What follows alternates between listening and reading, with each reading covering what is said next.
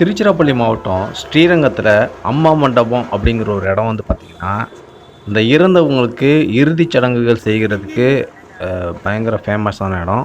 இந்த திவசம், கருமாதி அந்த மாதிரி விஷயங்கள்லாம் இந்த இந்து முறைப்படி செய்வாங்க. இந்த இடம் வந்து யார் நிர்வாகத்துக்கு கீழே இருக்குது அப்படின்னு தெரியல. ஸ்ரீரங்கம் கோயில் நிர்வாகமா, இல்லை திருச்சிராப்பள்ளி மாநகராட்சியா, இல்லை ஸ்ரீரங்கம் நகராட்சி அப்படி தெரில.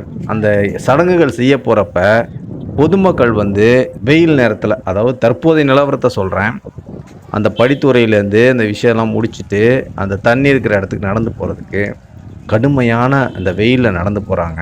சிலர் வந்து ரொம்ப ஆச்சாரமாக போகணுன்னு சொல்லிட்டு காலில் வந்து இந்த காலணிகள் கூட அணியாமல் போகிறாங்க. அது ரொம்ப மிகப்பெரிய பார்த்திங்கன்னா அனலை கக்குது. முக்கியமாக பார்த்திங்கன்னா காலையில் 10 மணிக்கு மேலே பயங்கரமான வெயில்.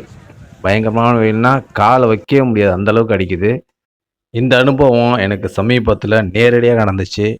அதாவது ஒரு 10 மணிக்கெலாம் நம்ம நடக்கிறப்போ ஒன்றும் தெரியாது. கொஞ்சம் கொஞ்சம் சூடாக இருக்க மாரி இருக்குது. அங்கே ரீச் ஆனதுக்கப்புறம் ரிட்டர்ன் வர்றது சுத்தமாக முடியாத காரியம். அதாவது பாதிக்கு மேலே நடக்க முடியாது. அப்போ காலில் செருப்பு கூட அணியாமல் போகிறவங்களுக்கெல்லாம் மிகப்பெரிய அது பாதிப்பை ஏற்படுத்தும். குழந்தைகள், வயதானவர்கள்லாம் கண்டிப்பாக போகவே முடியாது, அப்படி இருக்குது. அதற்கு இந்த நிர்வாகம் வந்து அதற்குரிய ஏற்பாடுகள் செஞ்சு கொடுத்தா நல்லாயிருக்கும். காலணிகள் அணிந்து செல்லவும் அப்படின்ட்டு ஒரு போர்டாச்சும் போடுங்க. அது தெரியாமல் போகிறவங்க கண்டிப்பாக அவதிப்படுவாங்க.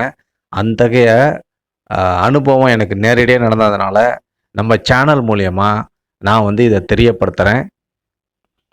இதுபோல் உங்களுக்கு ஏதாவது தொந்தரவுகள், துன்பங்கள் நேர்ந்தால் தயவுசெய்து இம்மீடியட்டாக அதை இன்ஃபார்ம் பண்ணுங்கள். நமக்கு ஏற்பட்ட இந்த துன்பம் வேறு யாருக்கு ஏற்படக்கூடாது அப்படின்னு நினைங்க. நன்றி.